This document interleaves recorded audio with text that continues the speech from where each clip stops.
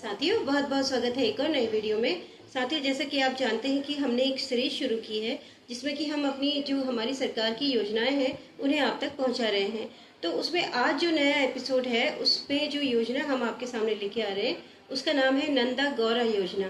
तो ये जो योजना है ये गरीब परिवार की जो कन्याएं हैं उनके लिए है और ये बहुत ही कल्याणकारी और हितकारी है उनके लिए। तो इस जो योजना है इसके तहत जो है गरीब घर की कन्या को 62,000 रुपए की आर्थिक सहायता दी जाती है सरकार के द्वारा। लेकिन ये दी जाती है 2 चरणों में, यानी कि एक तो जन्म के समय जब बच्ची का जन्म होता है तो उसके 6 महीने के बाद 6 महीने के भीतर आवेदन करना होता है। अगर वो पात्र पाई जाती हैं तो उसको 11,000 की राशि दी जाएगी। और दूसरी जो राशि है वो दी जाती है, दूसरा जो चरण है वो है जब 12th पास हो जाती है बच्ची तो उसकी उच्च शिक्षा के लिए या व्यावसायिक शिक्षा के लिए उसको ये राशि दी जाती है। तो ये राशि होती है 51,000 रुपए, तो जो कि एक मुश्त दी जाती है ताकि उसकी जो हायर एजुकेशन है उसको प्रमोट किया जा सके। तो ये जो योजना है इसका जो मुख्य उद्देश्य है वो है बाल विवाह को रोकना, उच्च शिक्षा के लिए बच्चियों को मोटिवेट करना और लिंग अनुपात को बैलेंस करना। तो इस योजना के लिए जो है कौन कौन सी बच्चियां जो है वो पात्र हो सकती हैं वो मैं आपको बता देती हूँ, जो कि बहुत जरूरी है जानना। तो इसमें वही बच्चियां पात्र हो सकती हैं जिनके अभिभावकों की जो एनुअल इनकम है वो 72,000 से अधिक नहीं है, यानी कि मासिक इनकम जो है वो 6,000 से ज्यादा नहीं होनी चाहिए।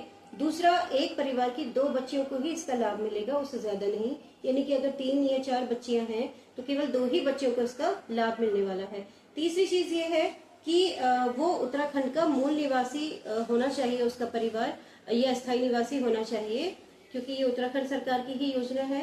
तो इसके लिए ये बहुत आवश्यक है कि वो उत्तराखंड के स्थायी निवासी होने चाहिए। चौथी चीज ये कि अगर कोई बच्ची अनाथ आश्रम में रहती है या नारी निकेतन में रहती है तो उसके लिए आय की और स्थायी की जो शर्तें हैं उसकी छूट होगी, मतलब उसको कोई स्थायी निवास प्रमाण पत्र या कोई आय प्रमाण पत्र की आवश्यकता नहीं है। तो ये है मुख्य बातें। इसके अलावा जो है जो फॉर्म वो भरेंगे, आवेदन भरेंगे, उसके लिए जो इम्पोर्टेंट डॉक्यूमेंट्स लगने वाले हैं वो लगने वाले हैं कि एक तो बच्ची का और उसके पेरेंट्स का जो है आधार कार्ड और पैन कार्ड। दूसरी चीज उनका आय प्रमाण पत्र। तीसरा, स्थायी या मूल निवास प्रमाण पत्र। चौथा, अगर बच्ची के जन्म के समय की बात है, मतलब फर्स्ट चरण की बात है, तो उसका जन्म का प्रमाण पत्र और वो जिस हॉस्पिटल में उसकी डिलीवरी हुई है उसके डिस्चार्ज पेपर जो है वो होने चाहिए। और अगर सेकंड स्टेप के लिए हम ट्राई कर रहे हैं, मतलब जो इंटर के बाद अगर उसको जो दूसरी किस्त के लिए हम ट्राई कर रहे हैं तो उसके लिए हाई स्कूल और इंटर की मार्कशीट और सर्टिफिकेट होना चाहिए और अविवाहित सर्टिफिकेट होना चाहिए, यानी कि अनमेरिड सर्टिफिकेट, जो कि उसके द्वारा स्व प्रमाणित होगा, क्योंकि ये जो है बाल विवाह को रोकने के लिए है। तो ये होना बहुत आवश्यक है।